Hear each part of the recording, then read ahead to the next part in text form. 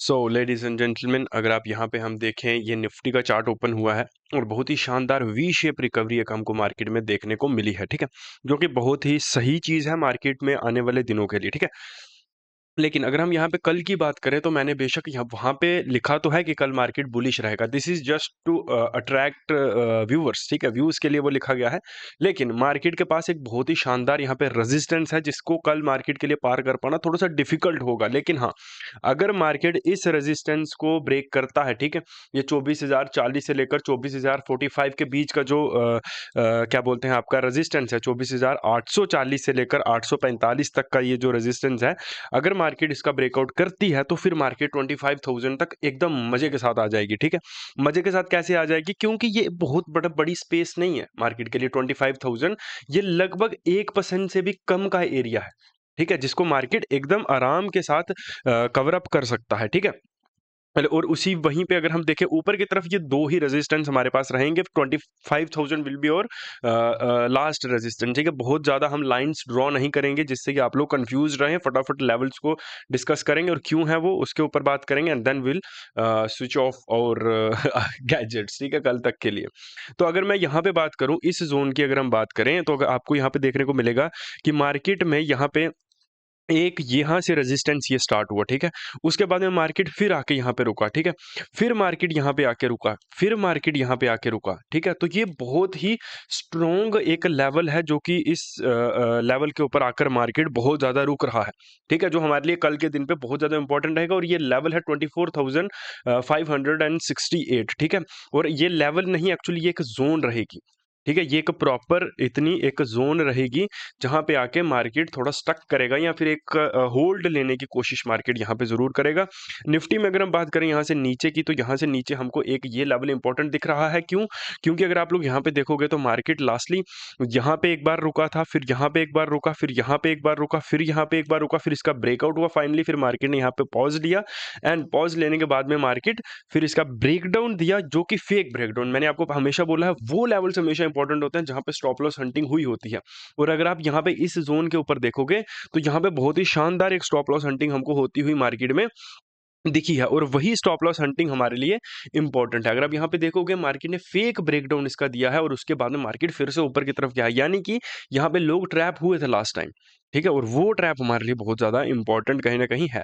तो ये लेवल हमारे लिए बहुत इंपॉर्टेंट रहेगा। निफ्टी में सिर्फ यही दो लेवल्स नीचे की तरफ इंपॉर्टेंट रहेंगे। अब हम बात करते हैं बैंक निफ्टी की और उसके बाद में मैं आपको कुछ स्टॉक्स भी बताऊंगा।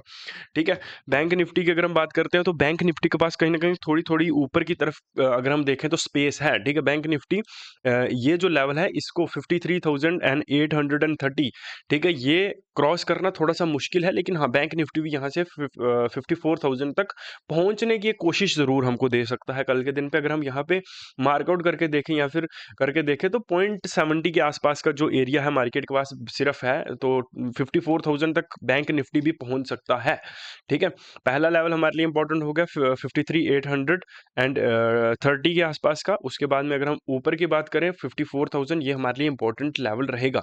लेकिन यहाँ पे बीच में ये जो जोन है, ठीक है, ये जो जोन है बैंक निफ्टी की, ये जो लेवल है ये बहुत इंपॉर्टेंट लेवल। अगर आप यहाँ पे देखोगे तो यहाँ पे मैसिवली स्टॉप लॉस हंटिंग करी गई है। बहुत ज्यादा स्टॉप लॉस हंटिंग यहाँ पे हुई है, देखोगे अगर आप लोग तो। ठीक है, यहाँ पे देखो, एक बार, दो बार, तीन बार, चार बार, पांच बार, छह बार, सात बार, आठ बार, और नाइन्थ टाइम इसका ब्रेकडाउन हुआ और ब्रेकडाउन के बाद में मार्केट फिर से ऊपर आ गया। ठीक है, इसका मतलब यहाँ पे बहुत स्ट्रॉन्ग बायर्स जो है वो बैठे हुए हैं, जो मार्केट को इससे नीचे नहीं जाने दे रहे थे। लेकिन मार्केट ने शार्पली यहाँ से नीचे जाने की कोशिश करी और उसी शार्प मूव के साथ मार्केट को फिर ऊपर लाया गया। ठीक है, तो अगर यहाँ पे मार्केट आता है तो मैं यहाँ पे बाइंग करने की पूरी कोशिश करूंगा। अगर इन केस मार्केट यहाँ से फिर गिरता है, तो अगर यहाँ से ये जो सेलर्स हैं ये अपना होल्ड छोड़ते हैं, तो फिर मार्केट 53,000 के आसपास आके रुकेगी। फिर ये जो 300 पॉइंट का नंबर है, 350 पॉइंट का नंबर है, ये मार्केट के लिए कुछ ज्यादा इंपॉर्टेंट रहेगा ही नहीं। ठीक है, क्योंकि जब यहाँ से पोजीशंस कटेंगे ना सेलर्स की, तो वो फिर खींचे गए मार्केट, खींचो अपने आप मार्केट नीचे की तरफ आएगी। ठीक है, तो अगर यहाँ से भी मार्केट गिरता है फिर 52,800 के आसपास का लेवल को आप मार्कआउट कर लो, फिर यही। ठीक है, अब उसके बाद में हम बात करते हैं कुछ स्टॉक्स की। मैंने 3 स्टॉक्स आपके लिए यहाँ पे निकाल के रखे हैं। पहला है विप्रो। ठीक है, विप्रो को अगर आप देखोगे तो विप्रो में वी शेप रिकवरी हुई है थोड़ी बहुत, लेकिन स्टिल इसका जो पीक है वो यहाँ पे है। अगर कल निफ्टी अपनी पीक को पकड़ता है, पीक का ब्रेकआउट देता है, तो ये ईजिली इस पीक तक पहुंचेगा। ठीक है।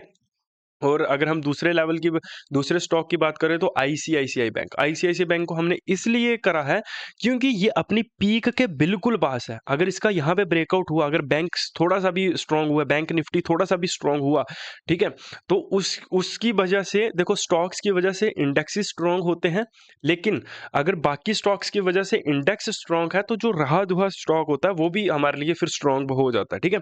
अगर आप लोग यहाँ पे देखोगे, ये जो आपका ये है आईसीआईसीआई बैंक है, अगर इसका ब्रेकआउट होता है, मार्केट सुबह ओपन होते ही बुलिश ओपन होता है, तो यहाँ पे इसका ब्रेकआउट हुआ है, जो यहाँ पे बायर्स है वो स्ट्रॉन्ग बाय करेंगे और इसको ऊपर की तरफ खींचेंगे।